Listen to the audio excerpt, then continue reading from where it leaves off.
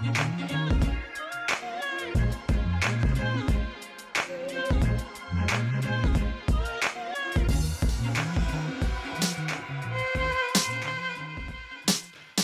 to the Michael Brooks Show. I'm Michael Brooks, here with super producer Matt Leck. We're live in Brooklyn. Live to tape. Probably a lot of you seeing and hearing this will not be seeing or hearing it live. I want to thank at Violent Defiant James G for that Obama remix that we opened up with. On today's program, Jabari Brisport, I could be mispronouncing that. I apologize if I did, who is running for city council here in New York City on the DSA line and the Green Party line. We're going to be talking about why New York City needs socialism, the larger crisis we're in, and how it all fits together. We're going to be talking for about 20 minutes or so. Corey Pein. He is one of the only journalists in the country to interview a alt-right terrorist. He interviewed the Portland killer. That was abrupt. Sorry. It's all good. He interviewed the Portland killer who killed those two men that were protecting the woman that he was accosting. Corey actually had interviewed him at a rally before the murder. We're going to be talking about that as well. Also find out who's in the pyramid, take some of your calls, and then we'll get to the post game. But first, we need to talk about what's happening right now, and I'm sure that this will continue to obviously play out after the show is over. So in Charlottesville over this past weekend, there was a white nationalist, Nazi, racist rally. There was a response from people countering it with counter demonstrations. A young woman who was 32 years old was murdered in what I would say is obviously a vehicular homicide, and over 30 others were also injured, and 2 police officers died as well in the process of the events. When Trump first came out, he said he condemned violence on all sides. Then yesterday, like a kid who was forced because of detention or something to write on a chalkboard, he denounced the KKK. And now today, just really about an hour or so before we started broadcasting here at 7 p.m., he, and I don't know exactly where he was when he came out for these statements, but he was having a press conference, and he was at the Trump Tower, and I would just like to say that we hate you as New Yorkers, you orange-faced sociopath, trust fund baby scumbag. And he was at the Trump Tower, and we just have a couple of clips from this. I mean, if you didn't already know who this guy was, you're delusional at best. But he's laying the script out for you pretty obviously here. Here he is today on Tuesday, August 15th at Trump Tower. Slave owner. Was George Washington a slave owner?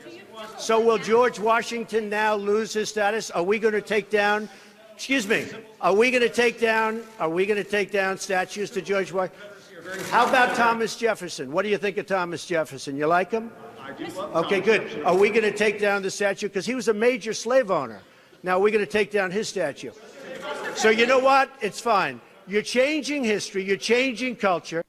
Okay, so there he is, and then we have one other clip as well, but let's just comment on that first of all. Okay, number one, this could stop at a really easy and simple place, which is taking down monuments to Confederate soldiers who were essentially rebel terrorist fighters, if you want to use that terminology. So it could stop right there.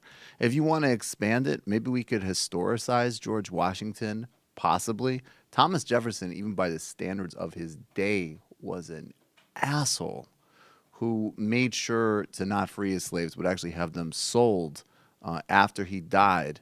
And, of course, enjoyed raping him. And what was the point that you made earlier, Matt, about the whole body of Thomas Jefferson's work? Well, any intellectual accomplishments you want to credit to these guys has to account for the fact that it was all subsidized by slave labor.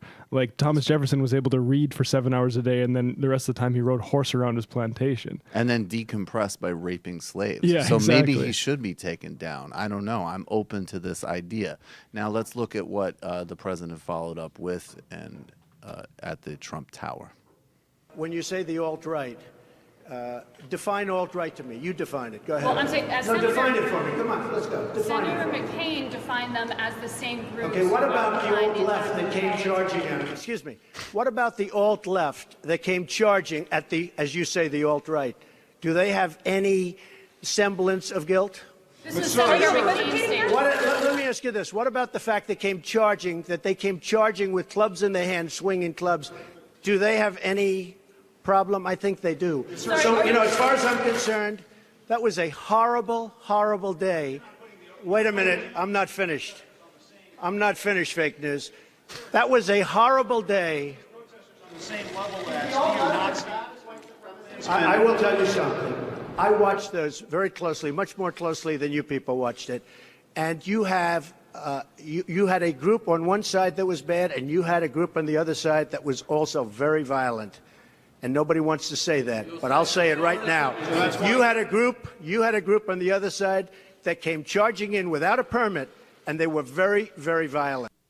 So it's obvious what's happening here, and it's always been obvious. And anybody that denied it was, again, they were either being dishonest or deluding themselves. But he's equating a group of people protesting white nationalists and bigots and racists in a weekend of events that culminated in a young woman being murdered by a white nationalist who rammed his car into a group of people protesting. He's equating those two sets of action. And then let's, continue taking these steps here. We're going to get, and I'll give you a tease, going into the pyramid today is everybody's favorite pseudo-intellectual atheist. And the reason is because of a false equivalency. It's very easy for people to recognize that Donald Trump is obviously a mental case bigot. But the equivalency that he's drawing there of like, oh, well, this is all a bunch of people just being out of control.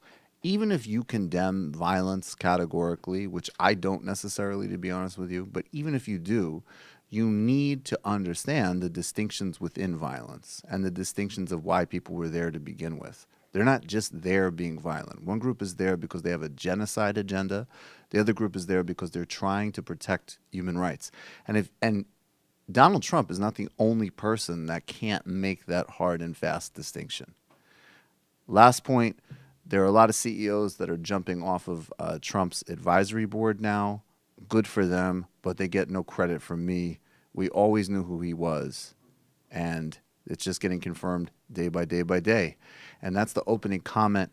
We're going to come back in about 30 seconds with Jabari Brisport. This is shots of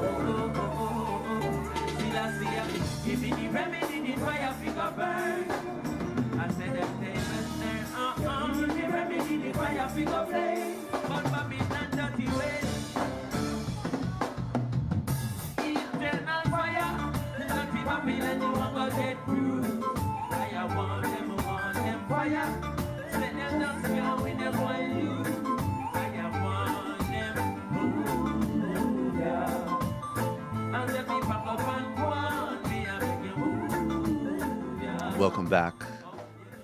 Welcome back to the Michael Brooks Show, Chronics. As always, I like that one of the iTunes reviews we got mentioned that I listen to real reggae, not latte hip-hop. And I would like to thank that iTunes reviewer. We have 50 reviews on iTunes. Let's see if we can get to 75 by next week. We have 523 Patreons. Let's see if we can get to 750 by the end of the month. Thank you, everybody. Patreon.com/TMBS. And even if you're watching on YouTube or even if you're a member of the show, subscribe on iTunes and leave a review because that helps get this in more ears and in front of more eyeballs. Joining us now is Jabari Brisport. He is a Green Party and Socialist DSA candidate for City Council in Brooklyn, New York. His family has been in Prospect Heights for 60 years. Jabari, why are you running? How is it going? And for also, great as always to be hanging out with you, man. Thanks, Michael. Great to have me on the show. Great to be here. Really appreciate the work you do. Why I'm running, I essentially got tired of protesting. I have engaged in politics as a political activist and political theater maker for the past 10 years, using site-specific theater and working with community boards to fight gentrification throughout New York City, working with the Black Lives Matter movement, fighting for the climate, fighting for so many issues. And last year got very really enthusiastic about electoral politics via the Bernie Sanders campaign. And, after Trump, the idiot, won and launched America into this dark path, I was out there marching through the rain November 9th last year and felt like it wasn't enough to just be marching anymore. So I thought I would run for office.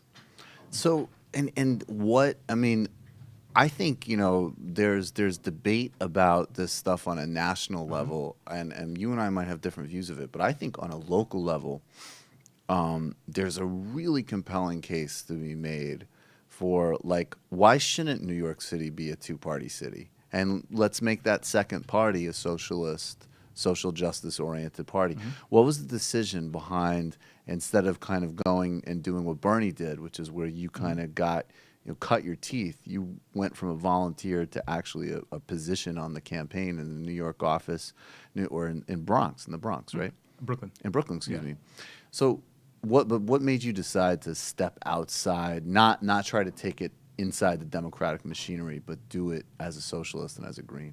I don't trust the Democratic machinery. I watched them kind of crush the Bernie Sanders campaign, mobilize against him, use the insiders of the superdelegates and party elites in order to effectively crush any opposition he could muster. He still managed to get 13 million votes, incredibly impressive, but ultimately they used everything they could to throw him under the bus. And I looked and saw them crushing other progressive movements throughout, the past several decades, and figured I would much rather be in my own party, and I would much rather go with a party that aligns with my values more so, which is the Green Party. So when you saw that, and give people is that the elevator? That's the elevator. Oh my God. I'm sorry, everybody. That's incredible. We have the elevator behind us in the That's studio. new today. There's something up with that There's elevator definitely, today. I don't want to get in that elevator. It usually makes no noise. Now it sounds like something is happening, but I apologize if you're listening to That's so intense, coming. man. Exactly. It's coming. No, but do you think, I want to get specific about this, because I think that, even the Democrats as a party, it's made up of so many different things. But when we, there's different state parties, different local parties, there's national, there's different factions. But I think for people to get a sense outside of New York, it's a really easy move and I want you to talk specifically about your race and who you're running against. It's a really easy move outside to signify, if you're a New York City politician, you hate Trump, you are, kind of liberal, maybe you'll even kind of make sure to show up at an anti-war rally. There's a lot of ways of signifying what you might represent. Even in, I think Bill de Blasio is kind of a complicated figure, but he fits in this too in some ways for sure. But where it really comes down to in the city, it seems to me, and I'm simplifying, but it's where do you stand on housing, gentrification? Everybody has rhetoric about community police relations, but what's your real policy on race and policing? And then 3, schools, right? So, pick any of those you want, but just give an example of how nationally people might go, oh, New York, that's super liberal. Even some people think Andrew Cuomo is liberal, which is mind-blowing. So how does that kind of play out, and how are you inserting yourself with the actual test of what a left agenda is here, and how does that look like green socialism? Great question. It is easy to to just be part of the resistance and pass that off as being enough to lead us out of the political quagmire that we're in right now.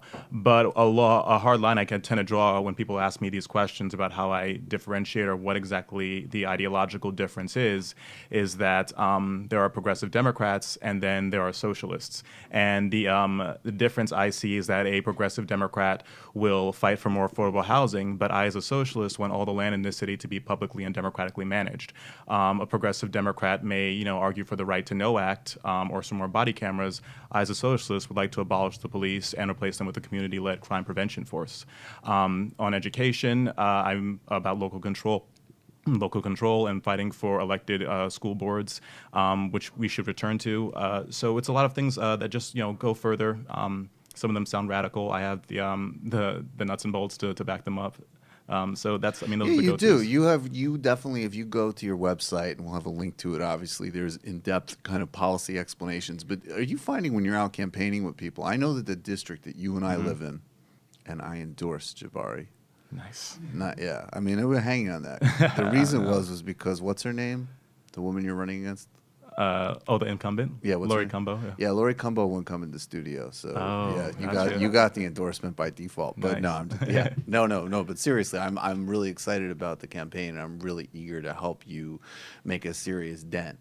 And I think that but do you find that when you're talking that in our neighborhood there's like I think we have the highest concentration of DSA members in the city, right? In the country, probably. In the country, probably, right? Yeah. So there is like this contingency of kind of people really open to this. But when you go out and you campaign across like just kind of broader sort of demographics of age and political background, do you think that like when you say this stuff to people, I would imagine some reaction is, oh my God, that's crazy, that's out of the loop, that's out of bounds.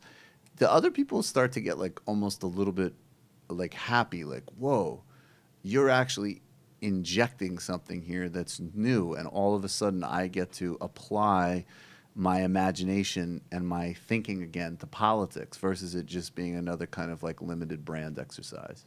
It's well, the thing is, it's mixed messaging because you have to meet people where they are. So, right. There are some far left, like political junkies, like you, like you in the district. Obviously, you live there. I don't really care about politics. I'm just a paycheck.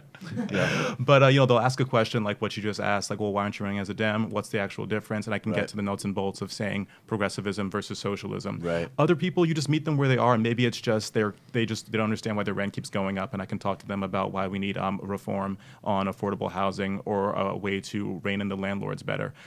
So I don't go up to every single person saying kill Yeah. my landlord. You ever do that? The old Eddie Right. Murphy bit. I don't know what you're talking Oh man, about. dude, Saturday Night Live scholarship here. I know. I gotta watch that one. No, probably you shouldn't. Yeah, that wouldn't work for the campaign. Just reenact it for the. So, but do you think this? So it's to people like if you're meeting them where they are, like I guess like intuitively it makes sense, right? Like Intuitively makes sense because socialism high. is about the people. It's about society. It's inside the words. So it's about like getting more local control and more democratic processes so that people in these communities can have a better say in how their government is functioning. Yeah. You were on Fox yesterday, God, yeah. which I would assume is probably not totally as fun as hanging out with me. It's believe it or not, it's Yeah, it's weird. You were on. They booked you to talk about what was going on in Charlottesville, and you had a really strong. We have that ready, right, Matt? Just one second. You had a strong comment about Trump, and that's even before this kind of disgusting display that we just witnessed. But he already had obviously failed the test.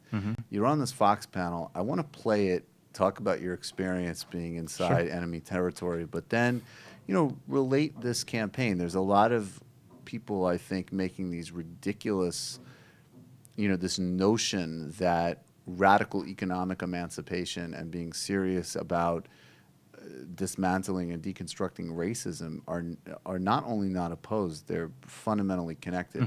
So let's play this clip and then get your bigger thoughts. Today he called out those hate groups by name, Jabari.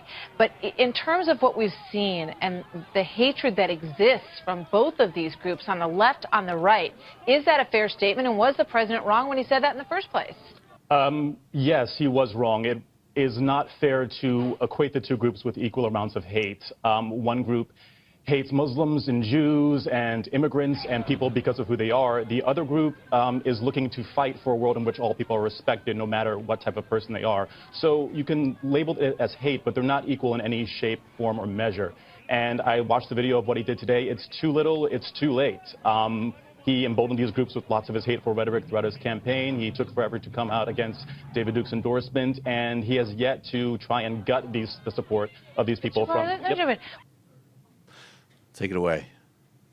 Oh man, they spin words at a mile a minute at, at Fox News, and honestly, the biggest struggle for me was just figuring out which falsehood to address first. I mean, it was me versus three of them. Then there's just no way to. I mean, it's like playing whack-a-mole with what they're saying. Whack-a-mole of lies. Yeah. I remember. I want you to explain the bigger kind of context that we talked about before, but I just will share. I remember a couple years ago, I had a friend who was a booker on another network that I would go on, and they put me in touch with a producer at Fox, and they wanted me to come in for a segment, and the booker was like, yeah, I mean this sounds great, I think you can come in, and it was a little bit more of a rigorous process. Actually, the most rigorous process I ever dealt with was Al Jazeera, but anyway, that's another story. So they're going through it, and then we're on the final sign-off to come in, and the guy said, yeah, let me just check some of your latest videos. I was going in on Fox and Friends, and I realized that literally 5 minutes before, like right after we had that last email exchange, a video went up where I called Brian Kilmeade the stupidest person on planet Earth, and then he never got back in touch with me. So I wasn't booked on Fox. But explain, yeah, like how I got booked, or just no. First, I am actually curious, like how much do they prepare you for the angle they want to take in those interviews? Oh my God, they totally lied. They, right? I was just not surprising at all. Tell me. They reached out to me via my website saying they wanted to talk to me about Charlottesville. And we did a pre-interview where they really just asked about what it was like down there.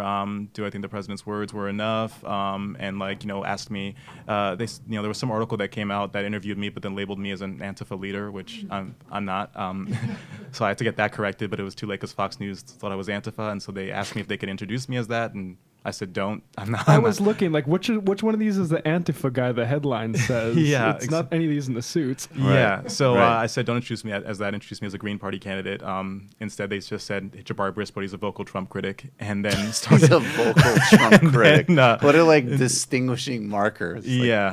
It's like over billions of people in the world potentially that could fit that definition. Right. Yeah. So basically, I mean, if they had told me it would just be about whether or not Trump has spoken harshly enough against these groups, I would have told them I got better things to do than talk about Donald Trump. Right.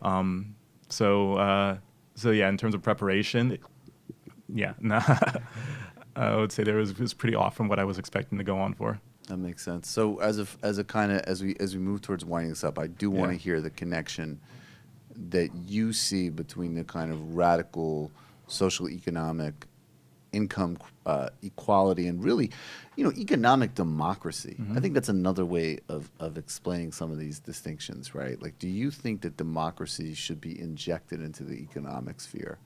And that connection with race and class and how it all sort of fits together for you. I mean, really palpably in the campaign, right?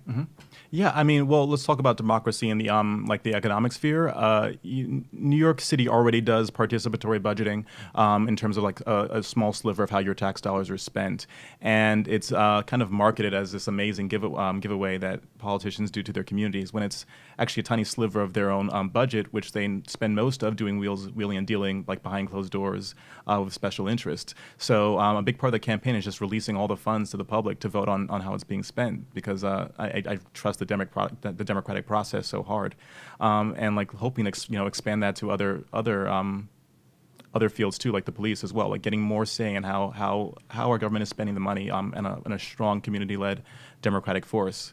And then ultimately, this is something I would need to look into, and this is a community conversation, but the Black community does need reparations. It's something that's been bubbling up on the left for forever, and is now starting to get a little bit more sway now that DSA and larger groups have come forward advocating for it. So I mean that's a larger conversation in terms of linking the the need for economic justice with racial justice. So you think the appetite is here in terms of like in people New are York? ready to take that on, these kind of broader projects? Yeah. People are ready. And one great thing is that, I'm running on the Green Party ticket, and also the DSA is petitioning for a pure socialist ballot line. It says socialist, and have been having no problem getting signatures. I think they're at nearly 1,000 signatures inside the district.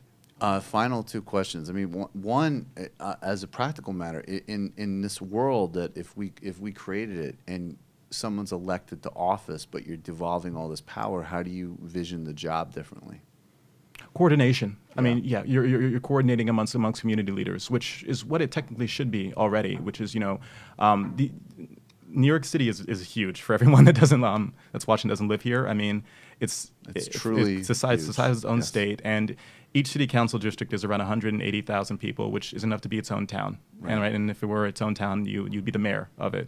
So these are very large districts, and I really envision like leaving some more local issues, like hyper local, to like local community leaders, with allowing the city council person to coordinate amongst them and also be the voice of that district on citywide projects.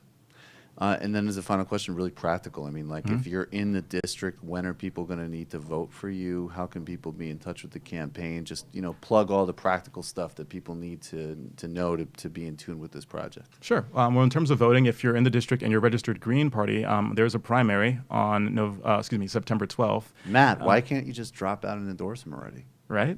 Jesus. I endorse. Nice. Great. Well, I got two already. That's All great. right, done. I'm also in the district, yeah. so if you need another signature. Yeah. Oh, I do need a signature. Oh, yeah, Awesome. dude. Yeah, you you guys should have should brought sign. it today. Yeah, of course. I know, I Sure. know. All right, I would have I'll- signed it on camera for you. I know. Shoot. All right, Big next socialist time. line. Yeah. But then the bigger vote is November 7th. Please vote then. That's the general election where it's me versus the other parties, the other candidates. And if you want to just learn more about the campaign, I know you said you drop a There'll link, be Mike, links but it's everywhere for sure. But tell you, Jabari2017.nyc, and all donations from New York City residents are matched 6-1 from the city.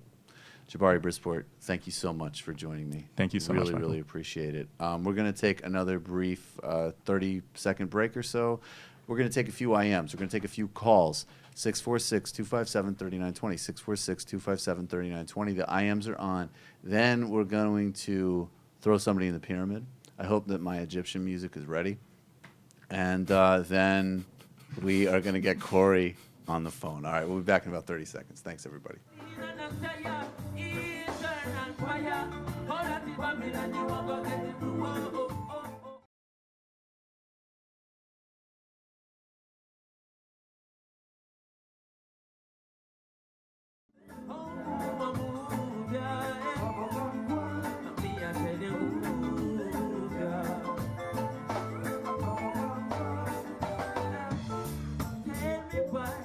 Every time you hear about Africa, I shackles and chains.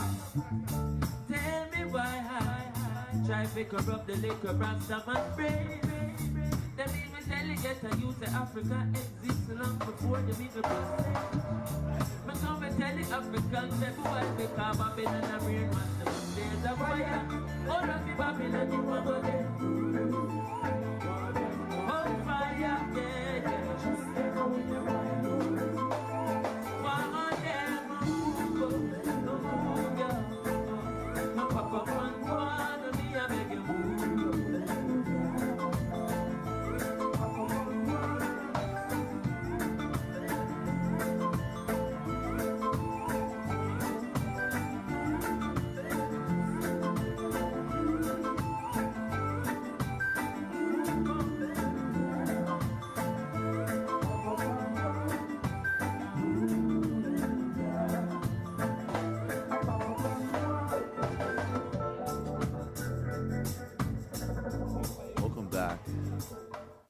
Welcome back to the Michael Brooks. Sorry? Welcome back. Sorry, that's Slider. Michael Brooks Show. Matt, fast on the slider. We're good? Yeah, I thought we were in the premium show for a second and we were giving away stuff for free, but we're not there yet. So this sorry. is what's going to happen. This is how it's going to work.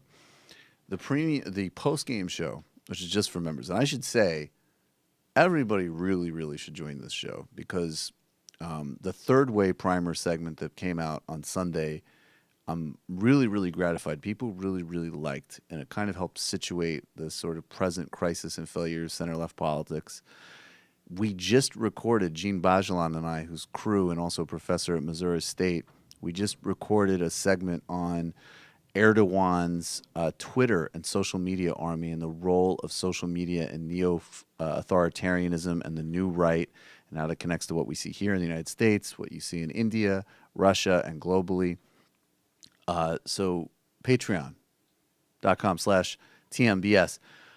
What we do now is we'll take a call, read an IM, get to the pyramid, and then Corey Pein and I are going to talk for about 10 minutes, and then our conversation is going to continue in the post game. And then, of course, I will get story suggestions from you for Discord. From Discord, I know David is monitoring them, our other great producer, David Slavic, and get to a couple of pieces of sound. So that's how we're going to run it. Let me take one call out of the gate. You're calling from a 832 area code. Who are you? Where are you calling from? This is Josh from Houston. Hey, Josh, what's going on, man? So first, someone IM'd in today and asked if they thought Beto O'Rourke had a chance. And from someone who's down here in Texas, I think I have an answer. Okay, this is the majority report you're talking about, yep. Sorry, what? Yeah, on the majority okay report, sure. Yeah, that's fine, yep. Okay, yeah. So unfortunately, I think the answer is no. And it's not because of Beto O'Rourke. So the way the approval ratings currently stand is Ted Cruz is sitting at a heavy negative approval rating, and conservatives wouldn't really vote for him probably if it was just him up. But our governor, who loves Trump and has never disavowed him in any way, has an incredibly high approval rating, and he's up the same year in 2018. So what I'm fearing is that since there is no way you can be a Beto O'Rourke and someone who would vote for our governor at the same time, that Greg Abbott just drags Ted Cruz over the finish line. Got it. Thanks for the call, man. Appreciate it. Yeah, no problem. Thanks. Okay, one more call. You're calling from a 330 area code. Who are you? Where are you calling from? Hey, Michael. This is Ryan from Ohio. Hey, Ryan. What's going on, man? First of all, I am now patron number 524. You are the man. Thank you very much. Thank you. And to the the patrons go the spoils.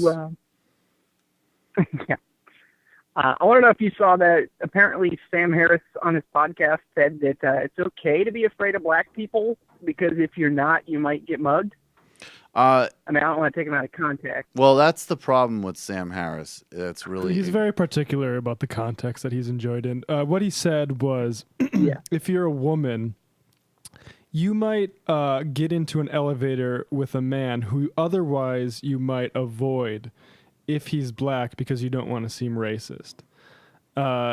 Which I think is a rather particular and very rare instance that, maybe that happens occasionally. I think it's probably very rare, but I think it says a lot about somebody who focuses on such occurrences. It is totally bizarre, and as super producer Matt said, Sam Harris is basically a really soft-spoken, calm, absolutely hysterical and irrational person.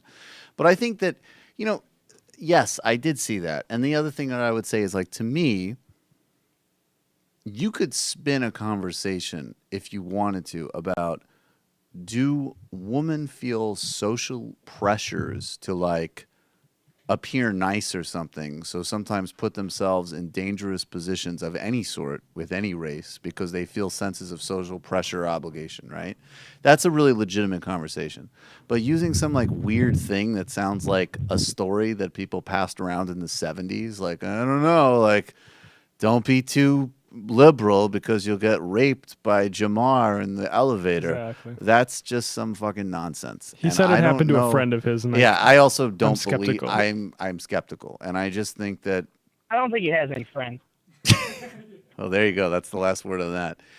If you're interested in Sam Harris, stay tuned for the pyramid. Hint. Absolutely. Hint.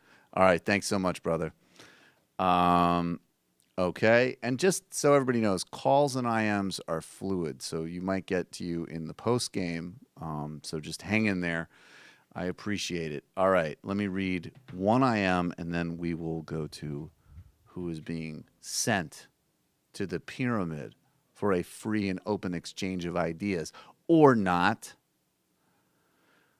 on the AM. JGM 0228.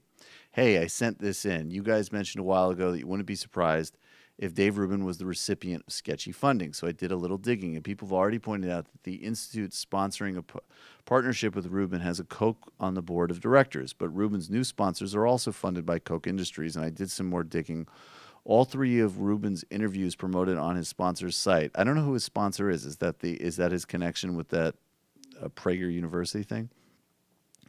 On his sponsor's site, that Rubin did on their behalf were all people with close ties to the Koch brothers. I wrote an article on this, and it's worth a read. Okay, will you definitely email that in again, and I will look for it, because I think... What a surprise. What a surprise. And I just think that, like, there are a couple things if I can do for politics, if we can center class in the conversation, and if people could become more interesting in where people get their funding from than in their ideas or whatever the fuck, that would be an accomplishment. Ideas matter, but when you see somebody as mediocre and as stupid and as feckless as Dave Rubin running around, it shows you two things: that there is a really sad culture out there of mainly young white guys who are apparently really neurotic and insecure and need a limited self-reinforcing loop for a boring, bigoted worldview. And it also shows that if you're willing to spout anything on the right, there's almost certainly a money funnel for you. I have no doubt, just speaking bluntly, if I went right, I wouldn't have to be so sincere about thanking my patrons. Now, let's get to the pyramid. There are people in the world who really belong underground, locked inside a pyramid that, by the way, was not made by slave labor. Apparently, that's historically debunked. Sam Harris... I bet the conditions sucked. I'm sure the conditions sucked. Workers of the world unite from Egypt to Guam. Sam Harris has made a career out of ahistorical sophomore philosophy musings and used his questionable PhD to justify all manner of detestable politics. And his new hobby horse is identity politics are terrible and they're ruining everything. He's not able to understand why, as an example, a certain group of people like Black Americans might have needed to unite to get a specific set of rights and conditions for themselves because they were oppressed because of their identity. He swooped into Charlottesville to let everybody know that, of course, he condemns the violence there and does not support neo-Nazism. And Sam Harris tweeted this on August 13th. Where did my music go? Let's just restart it, man. We need to get a longer cut. Wait, what is this one? It's a loop, so this is just an hour loop of Egypt music. That's hilarious.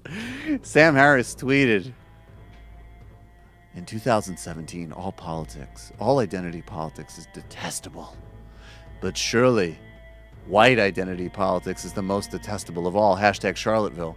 Trying to show that he's a cosmopolitan anti-racist, Sam Harris basically just equated people fighting for rights of groups that have literally, historically not had rights with a group of spoiled, bizarre, emotional nutcases out protesting to give additional rights to a group of people whose rights have never been jeopardized. So in his attempt to cover himself, he spread more ahistorical false equivalency. And if you disagree with me, you are taking me and the pyramid out of context. And that is why Sam Harris is in the pyramid for this week's Michael Brooks Show. I got an argument about this tweet, and Yes. the person tried to say that he really wasn't saying what he was saying in context and yada yada. And even Right. if you reformulate this tweet, which is that to say that he's specifically calling out Nazis as particularly detestable, it is a very odd thing to, on the day that a Nazi runs over protesters, to say Nazis are particularly despicable or detestable. But let's not forget about Black Lives Matter. Right. That's what a bigot thinks. Like there's no defense of that. And that's also someone with a complete inability to make basic historical, intellectual, and empathetic and policy and sociology and psychological and common sense distinctions, which is why Sam Harris finds himself in the pyramid in Egypt, a Muslim country. I feel like he's probably going to be in the pyramid a lot. I actually like that loop. It's not bad. Can everybody indulge me? This is very DIY, but Matt, can you just bring the call down and vamp a little bit? I'm just going to call Corey in now, and we're going to do a segment before we go to the post game. Okay, well, I don't normally like when you put me on the spot like this, but I do want to say that last week, when I vamped, I mentioned that I was sort of pessimistic about the ability to connect through shared history in the South versus compared to the North. And of course, North Dakota has its own problems because it's not just white people, as I said last week, you have Native Americans.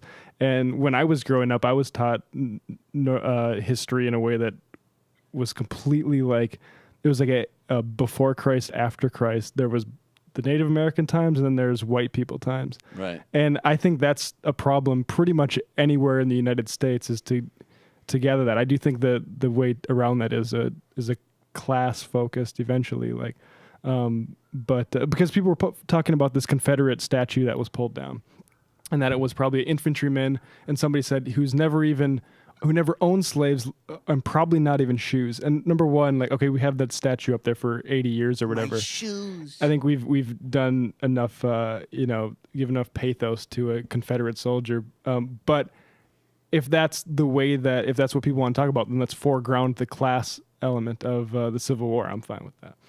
Word. And now I'd like to foreground crew Corey Pein. Corey, thank you for joining us. Hey, Michael. How's it going? It's going well, man, as well as can be expected. I always feel that way when we talk. I'm always incredibly happy to be talking to you and always incredibly bleak about what we're talking about. There's no escape, really. I was, for my own show, News from Nowhere, I was hoping to do something a little more lighthearted. Right. But the world is not providing many opportunities for that.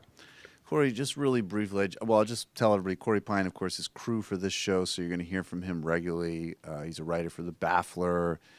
He has the News from Nowhere podcast, which is brilliant, and I also appeal on regularly. And then, Corey, plug your book real quick, and then we'll get to it. It's called Live, Work, Work, Work, Die,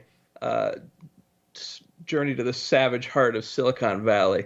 It's available for pre-order from Metropolitan Books right now. Will there be an audiobook?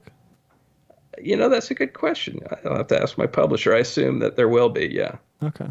Yeah, we need to make sure that super producer Matt is maybe satiated. have a right-wing Mandela narrator or something. Silicon fucking Valley, chapter 1. So what we're going to do, Corey, we're going to do about two 10-minute segments or so. One for people in the public show, and then people will join us in the post game where we'll talk about the alt-right's broader seeding across culture, from Reddit threads to Silicon Valley to, in fact, we should say the new atheism. We're going to get the broader context, but for this next couple of minutes, 10 minutes or so on the public show, just you have been really covering this stuff very aggressively in Portland, Oregon, and putting together the themes of really what these alt-right spectacles are. You also were a guy who spoke with the murderer in Portland, a couple of months ago. Can you refresh everybody on that story, what that story was, and how I think if anybody who is in an intelligent and sober and depressing way, but you've been telling me for a long time that something like this was just inevitable, like it was coming. So explain your coverage and your thought process on this. Yeah, sure. I mean, I got back into the U.S. after some time away, just in time for the inauguration. I've been covering a lot of protests ever since then, particularly these so-called free speech protests that were taking place earlier in the summer, late spring, around the country, which were veiled Nazi rallies, like previews of what we saw in Charlottesville last weekend. And at one of these rallies in Portland, a guy showed up who most people didn't realize at the time was a career violent felon, white supremacist, radicalized apparently in prison. He started marching around this event where there were, pro-Trump people and militia folks and also some Antifa and a good number of police. He was throwing Nazi salutes. He was draped in an American flag. Very apt, I guess. Right. Right. And I interviewed him very briefly. He got ejected from the event. And a couple of weeks later, he murders 2 people on a train here in Portland who had tried to intervene when he was harassing 2 young black women, one of whom was a Muslim, telling them to get out of the country and this sort of thing.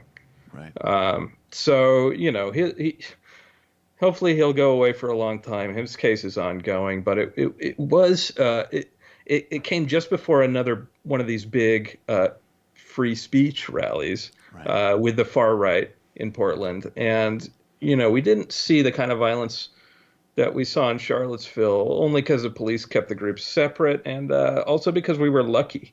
My biggest fear before that event was that somebody was going to drive a car through a crowd like ISIS has all over the world. Yeah, underscore that point. Exactly. Like ISIS has. These are people the kin of. Okay, and this is where it ties into Trump. Now, how come when somebody drives a car in a crowd of their political opponents or some demographic group they don't like anywhere in the world, as ISIS does, no one asks if it's terrorism? How come if it happens in the U.S. by a right-wing extremist under Trump, who supports Trump, it's not called terrorism? There's a debate. It's actually kind of controversial, if you watch like cable television or whatever, to call it terrorism. Right. And the reason is we're a lot farther down the path to fascism than anyone really wants to admit. Those Nazis marching around in Charlottesville are not a fringe group. They're not an insurgency. They have common cause with the president of the United States. Everyone they beat, everyone they kill, those are Trump's clubs. Those are Trump's bombs. And President Donald Trump was driving that car. Yeah, that's exactly. And this is the other really, really important point I want you to hit then, which is, and I said this, up top in the show. I honestly, if I'm just being intellectually honest, I don't know. Like, I support Antifa because I support anybody that's putting their body out to oppose fascism, racism, and this moment we're in. I don't ultimately know if violent answers are the right answers. I don't know if that's productive. I don't know if that's the right call. But I will say this. If you cannot understand the distinction between punching Richard Spencer and, violence that comes from Richard Spencer's ideas, then you are not equipped to comment about politics. And, Peter Beinart, who I actually have to say for like a, kind of century liberal commentator, I think he's one of the more sophisticated guys out there. But he wrote this just dreary, pathetic piece in The Atlantic recently, and I wanted to get your thoughts of it briefly before we go to the post game, because he is doing, and many people are, and it's this very weird alt-center thing to simultaneously be totally freaked out about the moment we're in. And then when people, whether they're Antifa or, Black Bloc or anybody else, when they take it seriously and respond in kind, then all of a sudden it's like, oh, well, this was the conditions that allowed this fascism to rear its head, this racism to rear its head. By the way, as if American racism ever needed like a triggering event. Yeah, it's back to the beginning. Right. But since you asked about, Peter's piece in The Atlantic, I have not been shy about letting him know that I thought it was an embarrassment. Right. It was called The Rise of the Violent Left. In a very unfortunate irony, it was still in the mail to subscribers when the attack in Charlottesville happened. Right. And, so wrong as soon as it's in the reader's hands. But it was wrong before, and I was disappointed. Peter actually used some of my reporting from Portland in a paraphrased kind of way, but completely twisted every conclusion that I drew to suit his own predetermined narrative, that there is a dangerous leftist movement in this country. There simply is not. Say what you will about Antifa, and I've certainly criticized them. We're talking, at least in Portland, about a group that's comprised in significant percentages of teenagers, in high school, and people in their early 20s, and black people and brown people and people who feel threatened by white supremacists who have come into So this it's city. already a completely different thing, period, full stop. If Yes. you can't acknowledge that distinction, you're not equipped to draw any conclusions. Yeah, so Peter's piece was really unfortunate. I mean, and one outgrowth of it is Trump in his insane press conference today. His unhinged press conference said, "What about the alt-left?" Well, thanks a lot to centrist, progressive, liberal, comfortable, well-off Democrats on the big coastal cities for giving him that talking point and legitimizing it in advance for him, just like they did with fake news. I mean, we're talking about a bunch of incompetence if this is the resistance to Trump. They keep giving him ammo. Right. It's not the Antifa that hasn't given him half of the ammo that they have. And it's really it's just they're not helping at this point. I mean, if you're listening to someone who says the alt-left is just as dangerous as the alt-right, and they were making that point before Trump made it today to excuse his own incestuous relationship with neo-Nazi groups, you need to stop listening to those people. You need to put that argument out of your mind. And if you're espousing it, you need to look in the mirror. That's right. That's right. Well, it's pathetic. Can I say something else about the press conference? Trump coming out of his gold elevators and Steve Mnuchin standing there next to him like some kind of shield against anti-Semitism or something. Okay. I'm the shield against it. Okay. I can't. I don't think you can be anti-Semitic sitting next to me. Okay. I don't care if you want to have a Nazi rally in Charlottesville as long as I can evict people from their homes to produce a porn movie. Okay. I don't think I'm anti-Semitic. Okay. What a scumbag that guy is. Seriously. Well, and somebody was pointing out, he's got Jewish grandchildren. I mean, like he cares about his grandchildren. I'm not convinced he knows their names. Right. Another thing he said was, unlike a lot of reporters, I had to see the facts before I could make a statement. Well, you know what? That is just insulting. Like reporters all over the world die to get facts. I've worked with some of them. To hell with this disgrace of a man, fake president. Bullshit. I had to get the facts. He said he followed it more closely than the press. I mean, come on. People were out there like at risk of getting beaten by these Nazis, right? He is the end point of everything. I mean, the only thing that's useful about Donald Trump is that it's like everything from like a fast food diet to trust funds to racism to real estate to capitalism to, I'm sorry, I'm not insecure and neurotic, so I'll use the phrase white male privilege. Every toxic trend in modern society to any type of undiagnosed and untreated, whatever, endless mental, emotional disorders this guy has. He is a petri dish for the dysfunction of our civilization. Everything that's wrong, that guy has. It's like everybody has subpersonalities. He has many subpersonalities, and they're all fucking horrible. I mean, that's the only thing that's useful about him. Is just there is not a single thing that you couldn't say like, I want a case study of this terrible thing about America. Oh, Trump. Done. Well, the key aspect of his critique was correct in that America is really not doing so hot. Right. And not doing so hot. The proof is we managed to the system produced a result that had the worst person in charge. Right. Literally the worst person. Right. Another thing he said today. He said not all the people there in Charlottesville were neo-Nazis. Everybody saw the pictures of the torches and and the chanting, the Nazi salutes, the Hail Trump. He said not all those people were neo-Nazis. He said some were peacefully protesting the removal of the Robert E. Lee statue. Who goes to a Klan march where there's got torches and swastikas on their shirts and Nazi flags? Who is just peacefully protesting. That just doesn't happen. You don't even see like mainstream Democrats at like a May Day parade. You know, right, exactly. Because somebody might have a communist flag or something. They're not going to go. Like nobody goes to a Klan rally peacefully, a Nazi rally peacefully. Like the fact that he would get up in front of the country and say that.